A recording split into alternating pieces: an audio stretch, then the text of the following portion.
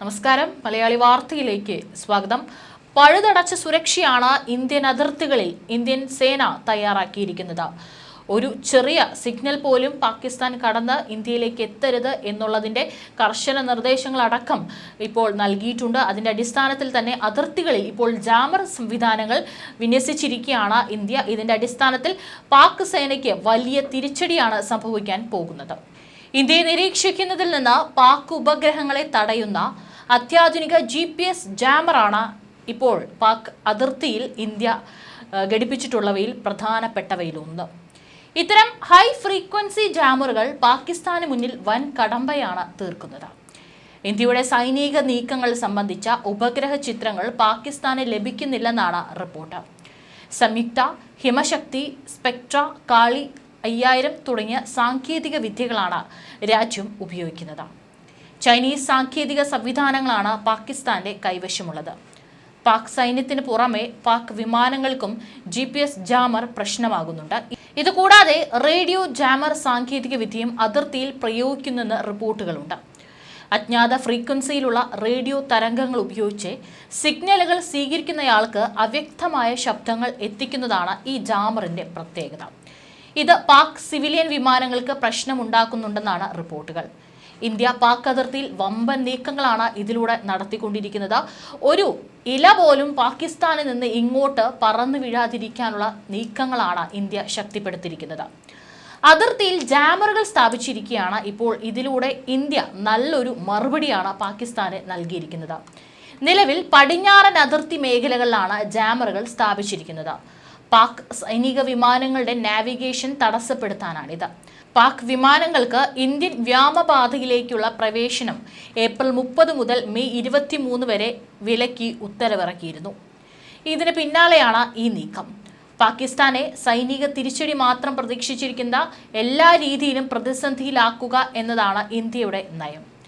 പാകിസ്ഥാനി സൈനിക എയർക്രാഫ്റ്റിൽ ഉപയോഗിക്കുന്ന ഗ്ലോനാസ്, ബീഡോ സിഗ്നലുകൾ ഉൾപ്പെടെയുള്ള പാകിസ്ഥാൻ സൈനിക വിമാനങ്ങളുടെ നാവിഗേഷൻ സംവിധാനങ്ങളെ തടസ്സപ്പെടുത്താൻ ഇന്ത്യൻ ജാമറുകൾ വിന്യസിച്ചിട്ടുണ്ടെന്നാണ് വൃത്തങ്ങളടക്കം തന്നെ സൂചിപ്പിക്കുന്നത്.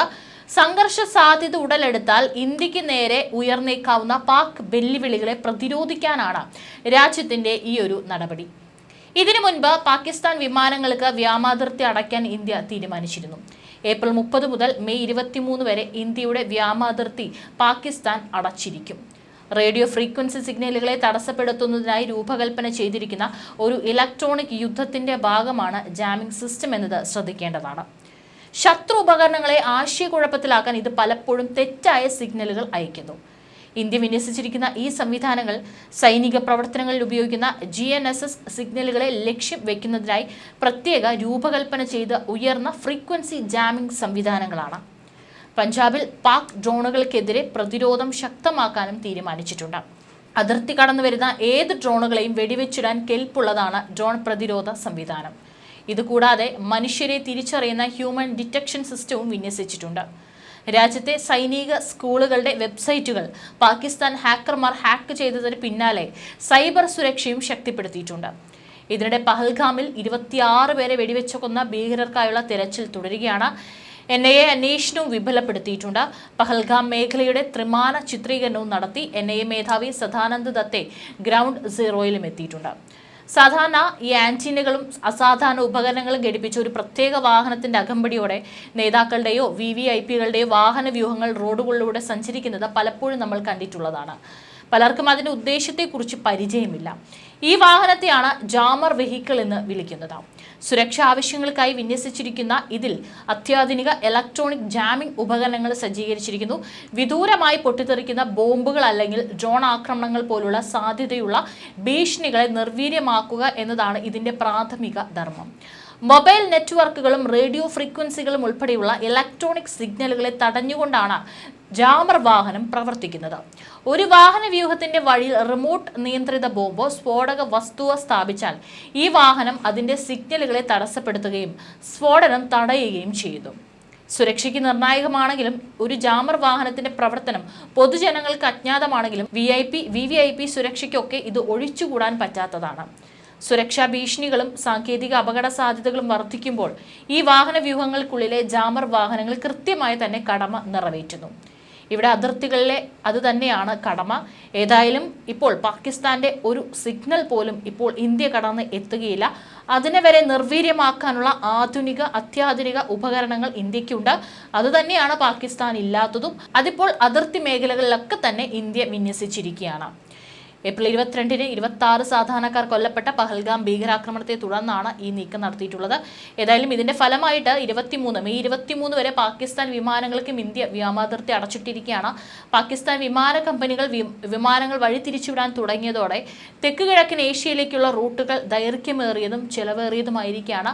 കൂടാതെ ഇന്ത്യ സിന്ധു നദീജല കരാർ താൽക്കാലികമായി നിർത്തിവെക്കുകയും പാകിസ്ഥാൻ വിസകൾ റദ്ദാക്കുകയും ചെയ്തിരിക്കുകയാണ്. പാകിസ്ഥാനെതിരെയുള്ള നടപടികൾ പല മേഖലകളിലായി ഇന്ത്യ ശക്തിപ്പെടുത്തി വരികയാണ്. ഇതിന്റെ ഭാഗമായി ഏറ്റവും ഒടുവിൽ പാകിസ്ഥാനെ ഭീകരപ്രവർത്തനങ്ങൾക്ക് ഫണ്ട് നൽകുന്ന സാമ്പത്തിക ഒഴുക്ക് തടയാൻ ലക്ഷ്യമിട്ടുള്ള 2 പ്രത്യേക നീക്കങ്ങൾ കൂടി ഇന്ത്യ ഇപ്പോൾ പരിഗണിക്കുന്നുണ്ട് എന്നുള്ളതാണ് ഇന്ത്യൻ എക്സ്പ്രസ് അടക്കം റിപ്പോർട്ട് ചെയ്യുന്നത്. അതിൽ ആദ്യത്തേതാണ് ആഗോള കള്ളപ്പണം വെളുപ്പിക്കൽ. ഭീകരവാദ ധനസഹായ നിരീക്ഷണ സംഘമായ ഫിനാൻഷ്യൽ ആക്ഷൻ ടാസ്ക് ഫോഴ്സിന്റെ ഗ്രേ ലിസ്റ്റിലേക്ക് പാകിസ്ഥാനെ തിരികെ കൊണ്ടുവരാനുള്ള നീക്കം. 2018 ജൂണിൽ പാകിസ്ഥാനെ ഗ്രേ ലിസ്റ്റിൽ ഉൾപ്പെടുത്തിയിരുന്നെങ്കിലും 2022 ഒക്ടോബറിൽ അത് നീക്കം ചെയ്തിരുന്നു. ബിസിനസ്സുകൾ കൂടാതെ ജാഗ്രത പാലിക്കേണ്ടതിനാൽ ഈ പട്ടികയിൽ ഉൾപ്പെടുന്നത് FDIയെയും മൂലധന ഒഴുക്കിനെയും പ്രതികൂലമായി ബാധിക്കുന്നുണ്ട്. പാകിസ്ഥാനിൽ നിന്ന് ഇന്ത്യയിലേക്കുള്ള, പ്രത്യേകിച്ച് ജമ്മു കാശ്മീരിലേക്കുള്ള അനധികൃത ഫണ്ടിന്റെ ഒഴുക്ക് തടയാൻ ഈ നീക്കം സഹായിക്കുമെന്ന് അധികൃതർ വ്യക്തമാക്കി. ഭീകരപ്രവർത്തനങ്ങൾക്കുള്ള സാമ്പത്തിക സഹായം, കള്ളപ്പണ ഇടപാട് തുടങ്ങിയവ നിരീക്ഷിക്കലാണ് 1989 രൂപീകൃതമായ FTFന്റെ മുഖ്യ ലക്ഷ്യം. ഗ്രേ ലിസ്റ്റിൽ ഉൾപ്പെടുന്ന രാജ്യങ്ങൾക്ക് IMF, ലോകബാങ്ക്, Asian development bank, European union തുടങ്ങിയവയിൽ നിന്ന് വായ്പ കിട്ടുന്നതിനും തടസ്സമുണ്ടാകും. ഈ പട്ടികയിൽ നിന്ന് ഒഴിവാകുന്നതോടെ കൂടുതൽ വായ്പകളും സഹായങ്ങളും പാകിസ്ഥാന് ലഭ്യമാകും. രണ്ടാമത്തേത് 2024 ജൂലൈയിൽ ആരംഭിച്ച $7 ബില്യൺ സഹായ പാക്കേജിന് അന്താരാഷ്ട്ര നാണയനിധി തുടർച്ചയായി ധനസഹായം നൽകുന്നതിനെതിരെ എതിർപ്പുകൾ ഉന്നയിക്കുക എന്നതാണ്. പാകിസ്ഥാൻ ഭീകരാക്രമണങ്ങൾക്കും ദുഷ്പ്രവർത്തികൾക്കുമായി ഫണ്ട് വക മാറ്റുന്നുവെന്ന് ചൂണ്ടിക്കാട്ടിയാണ് ഇത്.